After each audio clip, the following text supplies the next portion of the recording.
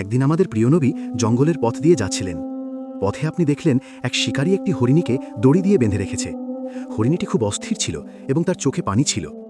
আল্লাহর হুকুমে হরিণী মানুষের ভাষায় আরজ করল, হে আল্লাহর রাসূল, আমার দুইটি ছোট ছোট বাচ্চা জঙ্গলে ক্ষুধার্ত, আমাকে একটু সময়ের জন্য ছেড়ে দিন, আমি তাদের দুধ খাইয়ে আবার ফিরে আসব।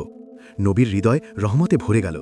আপনি শিকারীকে বললেন, এটিকে একটু সময়ের জন্য ছেড়ে দাও, এটি আবার ফিরে আসবে, যদি না আসে তাহলে আমি এর দায়িত্ব নিচ্ছি।